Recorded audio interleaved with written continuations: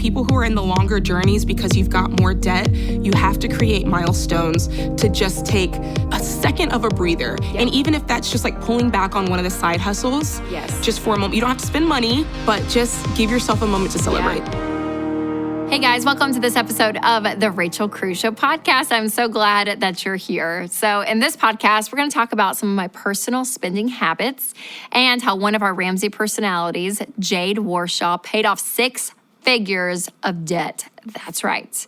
But first, let's talk about what Winston and I spend in a month. Take a listen. Oh, man, budgeting. It's a great thing. It is. But then it makes you really accountable to be like, man, this is really what we spend. And sometimes it's kind of hard to swallow. You're like, oh my gosh, it just seems like a lot. But it's good to be intentional and on purpose with your money, which that's what a budget is. So we're going to look at a few overarching categories for the Cruz household and let you know that every month our budget looks different because we have different needs, we have different things going on. So again, I'm not going to bore you with every single line item because we have a lot of line items in our budget because we're very specific. But I do want to share with you just some of our high arching categories for our monthly budget and just give you some examples. And some of you are just interested. You're just like, what do you do? So Winston and I, we budget together. And some months it's like a very quick 5-minute conversation of like, hey, here's our consistent categories, but here are the things that are changing. Here are things that we can take out from last month's budget and reconcile it. And so, these conversations are usually pretty quick, but we really try to pay attention to usually groceries, out to eat. That's a big one. The kids' categories and our categories. That's where things tend to fluctuate month to month. So again, very specific with our categories and what we spend, but they change month to month. So I'm going to give you just a couple of examples of what we have budgeted. Okay. We have babysitting. We try to do a few date nights out, and I don't know where you live, but babysitters are costing more and more. I guess if you have like a high school student versus, someone that's actually like working in a career, I pay different depending on the age and the experience. So we budget about $200 for our date nights, and that's what we budgeted in February. Also, just a little pro tip, if you budget for a babysitter, then you're like, okay, the money's there, then we need to go out on a date. We need to leave the kids at home and leave and go on a date. So that budget category kind of helps us, gives us permission to get out of the house and leave the kids. We budget $300 for gas. And this category, again, month to month, it depends on how much we're driving. If we go to Knoxville and see Winston's family, whatever is going on in the month. Sometimes we go over on this one. Winston has a truck. We have a minivan. And so it just takes a lot of gas. This month, I had to pay for my girls to have summer camp. So our church is doing a summer camp. So I signed them up for that. It ended up being $460 for the 2 girls. So I put that in the bottom of our budget because anytime it's just a per month expense that won't roll over, I usually put that at the bottom of our budget so we can see. Grocery this month, I did awesome. I just want to brag on myself, just give myself a pat on the back. We spent $424. I budgeted $700, so we saved like $300 in that category, and that doesn't always happen. Usually, groceries are right there at what we budgeted for, sometimes a little bit over, but it just felt so good. I was like, oh my gosh, when I go under budget, I feel like I can celebrate. I also got a pedicure and a manicure this month, so in the Rachel line item, I budgeted $100 for that and took $100 out of mine to get that done because that's just for fun. Okay, so again, month to month, everything changes. So there's some months that it's like, oh yeah, we had a weekend trip that we went and we had to spend more on gas or a hotel or whatever we were doing. Some months, nothing is going on. Some months you're signing up for summer camp. So again, things change every single month. That is why it is so important to budget before the month begins and look at your calendar and know what is coming. And, you may overspend. And if you keep overspending in a category, either you're just overspending because you're not thinking about it or not being intentional, or the category is too small to be realistic for your lifestyle. So If you up a category, then go and lower some other categories. But you really do. You want to say, this is consistently what we spend. And if you underspend in categories consistently, then lower it. Don't just keep a big number in that category if you know you're not going to hit it. So be as realistic as possible. And if you have extra money, like we will now in our grocery budget for the end of the month, then you can put that towards your baby steps, especially if you're on baby steps 1 through 3. If you're saving up an emergency fund or getting out of debt, use that extra cash to help with that. But if you're on baby steps 4, 5, 6, or 7, it's a little bit more like, yeah, you can throw it at something else, put it in another category if you want to spend. So those are kind of more of just your intentional steps versus intensity. But baby steps 1 through 3, definitely throw it at the next baby step. And when you're doing your monthly budget, the question you always need to come back to is, does your income, your money goals, and what you've got going on in life align with your spending? Because if you have goals out there, if you have things that you want to do, you want to make sure that your money is a tool to create that as much as possible. And while your budget shouldn't change too drastically month to month, the fact is no 2 months are the same. So again, that's why I like creating a new budget every single month, even though the same categories will turn over. And sometimes you even keep the same dollar amounts month to month, which is great for consistency. But you want, the surprises to be eliminated as much as possible, because it's the worst when something comes up and you're like, oh my gosh, we didn't plan for that. And you have to figure it out in the budget. That's one reason too, the miscellaneous category is really big for those catch-all things. And then when you're ready to start your next budget, again, just copy last month's budget on over. I use EveryDollar, the app, and it does that for me automatically, which is great. So again, just making sure that you know exactly what you're spending is so, so helpful. And if there's any specific things for just that month, like celebrations, like birthdays and anniversaries, if there's other things going on like camps or school stuff, like very specific, put those at the bottom of the budget. So when it copies to next month, you can take those out and it makes it really, really simple. Now, if you still struggle fitting all of those changing expenses into your budget, here's another idea. Create a budget category called month-specific stuff, right? Or like something in there. And so you just kind of have a catch-all for those things. So you're not stressed of, oh my gosh, did I not get everything written down? And it takes people about 3 months to get their budget working. So give yourself some grace and keep working on it. Again, it's going to take about 90 days, so keep at it. And I want you guys to be encouraged by it, though, that this is possible. Even if you feel like, oh, budgeting is a lot, I get it. But just being intentional month to month, looking over your budget, and just knowing, okay, here's where my money's going. It gives you a level of control.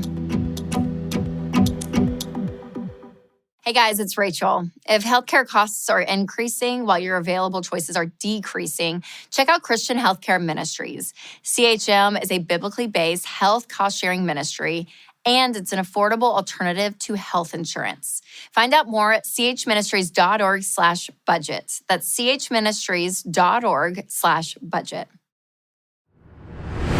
I am really pumped about today's episode because, first and foremost, my friend and newest Ramsey personality, Jade Warshaw, is with me. Thanks for being here. Of course. Thank you for having me. It's exciting. So glad you're here. Oh my gosh. Okay, so I'm excited about this because I know so many of you are on your journey of getting out of debt. And we talk about on the show a lot that every income level is different, every debt level is different. So for some of you, you're like knocking out that like $40,000 student loan debt and you're like, can I do this? And I wanted to bring Jade on because her story is absolutely incredible and proves hope. Yes. That people can do this, that you can do this of paying off debt. So Jade, I don't want to give the big number away, but it's a huge number. It's a big number. How much did you pay off in debt? $460,000 of debt. 6 figures, y'all. In upwards of 6, not like 100,000. Almost $500,000. 460,000. Okay. Yeah. So first and foremost, you did it, so it's possible. Absolutely, it is. Pay off the debt. So walk me through what was the debt and what started this whole process. Okay, so I like to tell people that it was consumer debt. A lot of people think, oh, you paid off your mortgage. That's so great. I'm like, no, I wish that it was a mortgage. We did have a small townhome, but most of it was consumer debt. $280,000 of it was student loans. Yes, a big chunk. Yes. What were your degrees in? Music. Yes. Musicians, Rachel. There you are. People who don't tend to make lots of money unless you're like Beyonce or Rihanna. That's right. And so, it was student loans. And then we had 2 cars we couldn't afford, credit cards, normal. Yeah, it was. Very normal, Totally. other than the student loans. Yes, So. and your husband Sam who's wonderful as well, but you guys were on this journey together. So talk me through that first moment where you realize, okay, we have all this debt and we don't want to continue to live like this, so we have to make a change. But that has to be so scary considering the amount. It does. Sam and I are great friends, first and foremost. And so it was easy to have the conversation, but it was not easy for him to disclose that most of the student loans he brought into the marriage. I had lots, but he had to bring in the most. And it was pretty quick after that. I think we both understood we're never going to have the life we want if we do not pay off this debt. So it was pretty intuitive, to be honest with you. And so what was the day that made it, that turned it? I would say, and I tell this story, we were in the car driving and student loans, credit cards, they'd been calling my phone all day. Oh, wow. And it was like not even noon. And I kid you not, I probably had a dozen calls.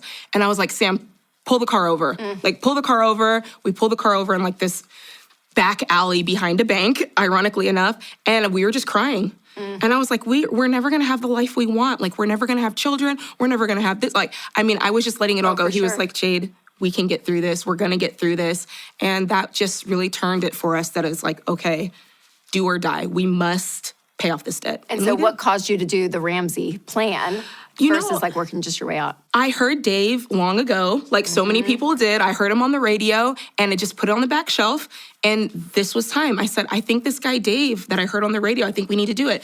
We drove to Barnes & Noble and got the workbook, Total Money Makeover, and started walking through the baby steps. And that the rest was history.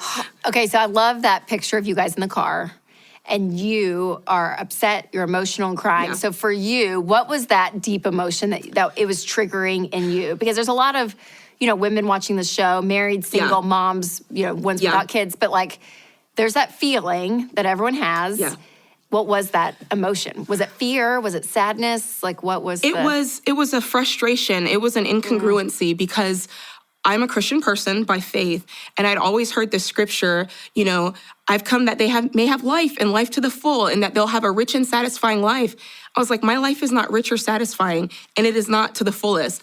And then I later read the beginning of that scripture that says, the thief comes to steal, kill, and destroy, but Christ came to have life and life to the fullest. I was like, debt is our thief. It's stealing this from us. And I knew that. And I knew that this is not what God wants for me. Yeah. And I have to make this right. And I knew that that's what he wanted. And he helped us make it right. It's amazing. Okay, so you guys decide together. Yes.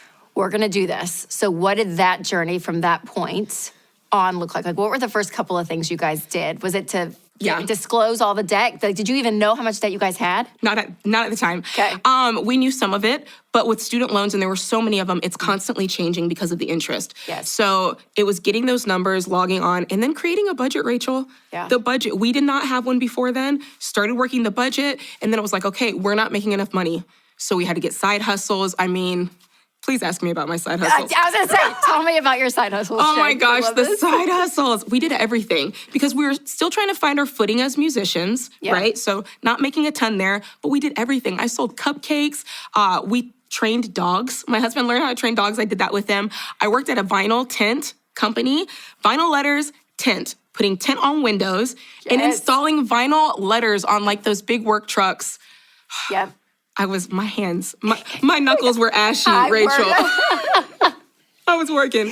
What was the most lucrative side hustle? What was the thing that you were like, okay, if I had to go back and do that again to earn some extra cash, like? You know what? It was the things that we were already good at. So I did voice lessons. And since that was my wheelhouse, I was good at it.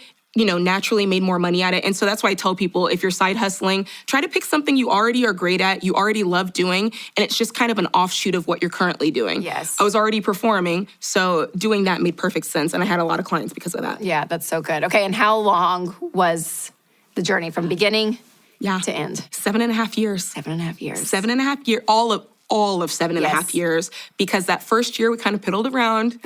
People say Dave-ish. We did that. Yeah. Didn't cut up the credit cards immediately, and that's just a waste of time. Yeah. If you hit the pedal to the metal, that's the way to start. It'll happen. Okay, so for someone that's on this journey and they're 2 years in and they still have that other like maybe 20 grand out there or whatever it is, what kept you guys motivated? Because that's long, Jade. Like, it's a long because we time. say with the debt snowball, it's on average 18 to 24 months. And again, that's the average over a decade of pulling numbers and all of that. Yeah. So you guys were longer than that, but obviously you had a larger debt than average too. Yeah.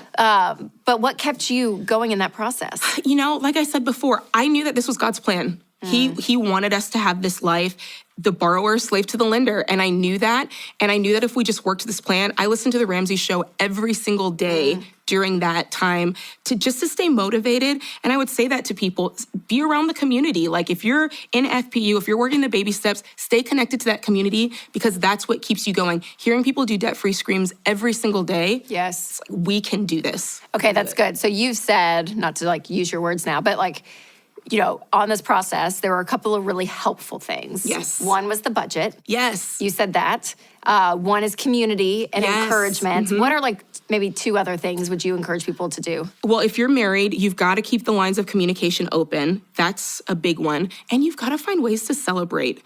Like I say all the time, for the people who are in the longer journeys because you've got more debt, you have to create milestones to just take a second of a breather. Yep. And even if that's just pulling back on one of the side hustles, just for a moment, you don't have to spend money to take a breather, but just give yourself a moment to go, okay, I can, year 3.5, okay, what does this look like? You have to build in those milestones to celebrate. Yeah, because there's a piece to all of this where I feel like it's sometimes easier on this side of the camera to be like, work extra side hustles, cut everything out of the budget, and just go. And to an extent, you can do that. But also, there's a level that it's my mental capacity to just breathe in life. So how did you guys kind of balance that, you and Sam, in that? Does that make sense? It does. The gazelle intensity is really important. But again, for a long course of years and years and years, how did you guys balance that, having that break? Maybe it was that, pulling back a side hustle. It was pulling back a side hustle. For us, we had the luxury, we worked on cruise lines. So it was I almost feel like God was just giving us a little wink because we would be in these beautiful places. We couldn't do any of the fun stuff because we had no money, but it's but at least it's sunny outside. At least there's an ocean. The Caribbean is right there. That's a good point. But one of the things I did, I started learning how to cook, gourmet meals, so that when we were home, we weren't going to restaurants. So I would learn how to cook these restaurant meals and sit down with Sam, and it was this is our reward. We just paid off, however much money today. We have no money in our account except our cushion, but at least we're having a great meal. That's what we did. And you just learn to be content. Yeah. You learn to not care what people think. We didn't have furniture in our house for such a long time. We just made a joke of it. That's right. That's right. This is what we're doing. And pretty soon our friends got on board. So good. I know I've quoted this book a few times already, but The Psychology of Money, I read that. I'm reading it now. Okay. Yes. But he talks about your ego and how that's the thing that gets in the middle of saving money. That's the thing. I mean, and it really is. We're when you can just put your ego aside and truly not care about what people think, because we talk about comparison living and stuff all the time. But there's something about even just pinpointing that word for me that was so, I don't know why, it just was so good for me, because it's that. Yeah. It's putting our ego aside and saying, we don't have furniture. We're gonna make it joy. We can't continue to try to keep up with everyone else and make ourselves feel good about the clothes we wear, the car we drive. It's not about that. It's really not. That's right. It's about, so that's powerful. I love that as an example. That's so good. And you would be surprised, the people who, when you just say out loud, I'm working a budget, I'm working a financial plan, I'm doing this thing, Dave Ramsey, how many people respect you more for it as they see that you're sticking to it, you're doing it? They're like, well, maybe I need to start, looking at my finances. So it really is a mirror, and it can affect, your sphere of influence in a major way. Yes, that's so good. Okay, so you touched on this earlier, but you and Sam working together. Yes. So what would you say to, because you, in a sense, were very blessed that you came to him and y'all both were quickly on the same page, but that's not a lot of the stories for a lot of people.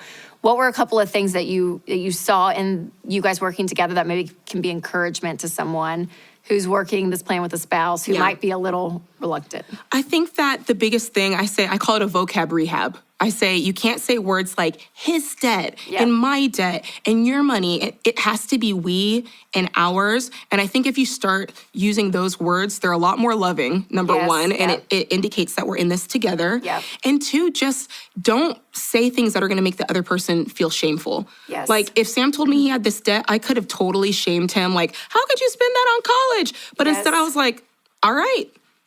I do. I said I do, so I do to all of it, and you have to remember that. I do is for all of it, All not of it just the good together. stuff. No, that's so good.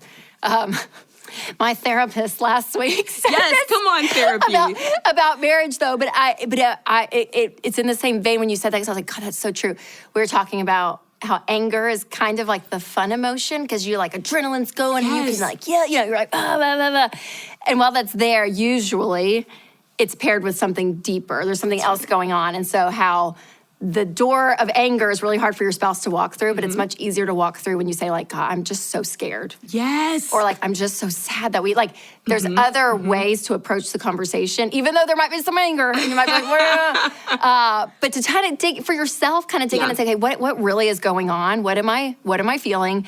And that's an easier door for a spouse to walk through than the anger door. That's right. Even though anger can be very fun, very, very freeing. But I thought that it's kind of vulnerable too. Anger's not. It is. Saying I'm scared is a lot more vulnerable than I'm angry. That's right. That's right. So that's even like the way you approach it, because you're talking about the vocab, but even the way you approach the vocabulary too. Yes. Kind of gives that open door to the spouse, which I think is so good. Yeah, and we set times to talk about it. Yes. It was a big, heavy elephant in the room. It's not something that you're just like casually bringing up. And so it's like, hey, I think today we need to talk about like what our next steps are, or like let's set up a time to sit and talk about it, and not just like spring it on them. Yep.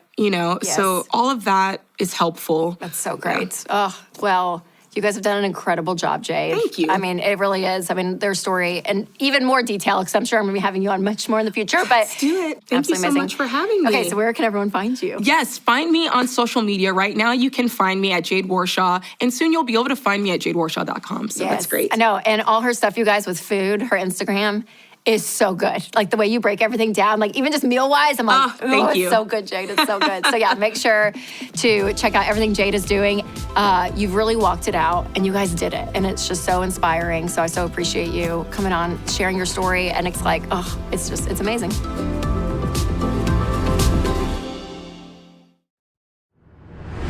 Today we're tackling the big question, are big sales worth the hype?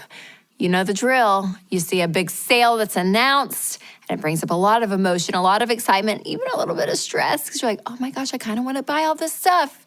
And listen, I love a good sale as much as anyone else, and basically I only buy clothes that are really only on sale. That's usually what I do. But the question is, are sales always worth the hype? So let's take a look at what's really happening here. First, let's talk about some of the reasons that sales are very common for businesses to have. First up, attracting new customers and boosting their reputation. I mean, how many times have you heard about a sale from a friend or someone online, and people are just naturally willing to share what they love about the item, how excited they are, and if the store's having a good sale, it's like, make sure to check it out. They're having a good sale right now. So it's very normal. And also, businesses want to encourage you to try something you normally wouldn't buy. So say that the store has a new product that people aren't quite motivated to buy because they don't know if they're gonna like it or not. Well, if the business puts it on sale, people are more likely to spend their money and risk their money because they know it won't cost them as much. And lastly, businesses sometimes have sales to move excess inventory. So if they have a lot of stuff, they'll put it on sale to move out that inventory. Now, I'd guess that none of this is brand new information to you. It's kind of common sense. So then why are we so often tempted to completely lose our minds when we see a big sale? Well, according to Kit Yarrow, a professor of psychology at Golden Gate University, she says a sale sign causes a physiological arousal in our brains and clouds our reasoning. Yes, Kit, I think it does. Yep. She goes on to say, we become more competitive, emotional, and less rational when we see sales signs. And as a result, we make some of our worst shopping decisions. Oh my gosh. And isn't it true though? It is. It's true for me. You see something, you're like, oh, it's on sale. Yeah, I'll spend that. I mean, yeah, because originally, look at the original price. Oh my gosh, and here's the sale price. So you justify it, and it's pretty unbelievable. So some retailers are banking on you getting excited and buying. Some aren't, but some are. So again, just be aware.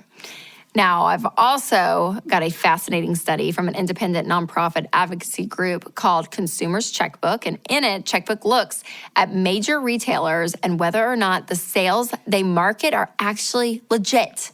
Yep. Because guess what? Checkbook discovered that most big box store sales, the prices are totally bogus because the retailers offer the same sale price more than half the time. So, I mean, it's just crazy. So that means that the original price, if there is no sale, means that's like crazy marked up then. And the retailer never actually expected to sell the product in the original price, but they do want you to feel the pressure and the excitement of a sale so that you'll go ahead and get the deal and buy the product. And Checkbook found that these stores are most likely to be the most misleading with their sales. Are you ready for this? Kind of makes me sad. Amazon, Gap, Williams-Sonoma, Banana Republic, Dick's, Old Navy, and Wayfair. Oh, some of those are great stores. But again, it means their original prices are already pretty marked up. So when it goes on sale, that's the price it should have been in the first place. Now, on the flip side, Apple, Costco, and Bed Bath & Beyond were the most likely to offer legitimate sales. And that is true. You think about that. I mean, I think about Apple all the time. I'm like, yeah, like stuff rarely goes on sale. Like what that's marketed at, that price, like that's what it's worth, right? And if it goes on sale, that's awesome. Then you do get a good deal. But okay, so what can we take away from this? Well, first, I want to make it clear that sales are not a bad thing. They actually can be great for both businesses and consumers, right? I mean, if you have something you want to buy and it goes on sale and it's cheaper, that's a great deal. That's awesome. So you don't need to be weary of sales and be like, oh my gosh, like, oh, all this stuff. But you do need to think through, hey, is this appropriate for me to buy? Can I afford it? And ask yourself some questions. Or just realize, okay, is it something I need or something I want? Because a lot of people will wait until a big annual sale like Black Friday or Memorial Day sales to buy something that they want. So they stock up on things like clothes or furniture. And when those sales come, every year, they buy a bunch of stuff and save a lot of money. And that's a legitimate tactic. And again, I do this all the time. I shop sales and I think it's great. So it's really smart. But the last thing I want you to do is to go buy something that you don't need. So again, sales are not bad, but I don't want you to use sales as an excuse to overspend while you're hyped up, like, oh my gosh, everything's on sale. So here are 6 questions to think about. Keep in mind the next time a big sale is announced. Number 1, can I afford this and is it in my budget? So that alone will say yes or no, okay? Do you have the money for it? And do you have money in that category that you planned for before you even know that the sale happened? So you can look to see, okay, do I have the money and is it in the budget? Is this the lowest price I can truly get? This is another question to ask. So don't assume that the sales price is a good price. Take a look, shop around, compare prices, and make sure that you are getting a great deal. And if there is an item that you have your eye on for a while, know that it'll probably drop in price. So delay your gratification and wait a little bit longer until it goes on sale. Ask yourself, will I actually use this item? Ask yourself that. I know it sounds like a very basic question, but for real, I mean, are you going to use it? And sometimes, again, the idea of just buying something because it's on sale is so easy. So say, okay, if I'm going to use this, then I can look to buy it. But if I'm really not going to use it, I don't need to buy it. Another question is, do I really need to act now? Sometimes you feel the pressure to act and there's like this urgency. So if you can, wait 24 hours before you buy it or not. And again, I did this with a pair of jeans. A sale came up from a store that I love and I was like, looking, I was like, oh my gosh, those are cute jeans. And I'm like, I don't need it anymore. I have some money in my budget. I could, but do I need it? And I waited 24 hours and then I didn't even think about it again. So that's legitimate. Wait 24 hours. Also ask yourself, is this a need versus a want? So again, I get fed so much, I feel like on social media or in my email of sales and cute things that are out there and you're like, oh my gosh. But when you ask yourself, okay, do I really need this or do I just want this? And when you kind of have that comparison happening, it sometimes takes your emotions down and you actually legitimately are thinking through logically, do I need this or do I just want this? All right, the last question is, if it wasn't on sale, do you still want it? This is a good one too. I have justified purchases, even like a shirt that I'm not crazy about, but I'm like, I mean, it's kind of cute, but it's on sale. It's only like $12, I can just buy it. And I'm like, yeah, but if it was like $50, would you buy it? And it's like, no, because I don't really like it. And just because it's on sale, I tell myself, you should buy it because it's just on sale. I couldn't pass it up, right? So just think, if it's not on sale, and you wouldn't buy it, then don't buy it. And remember, you guys, the best way to save money is not to buy anything in the first place. I always am like, oh my gosh, I saved 40%. That means I spent 60%, right? I mean, you're still spending money even when it's on sale. So if it's not in the budget, don't spend it. Gosh, is Jade just amazing? I mean, absolutely incredible, you guys. And I hope this motivation for you all in baby step 2, regardless of what your debt amount is, that you can pay it off. It may take longer than the person next to you, but listen, it is possible for anyone. So I'm so thankful that Jade came on to share her story. And I want to thank you guys so much for listening to this episode. And if you would, just share this episode with a friend who you know needs motivation for paying off debt. And also leave a review. It helps out the show so much. So let me know how much you love it. And I love reading your comments. So leave a review and subscribe to the podcast if you haven't. And remember, you guys, to take control of your money and create a life you love.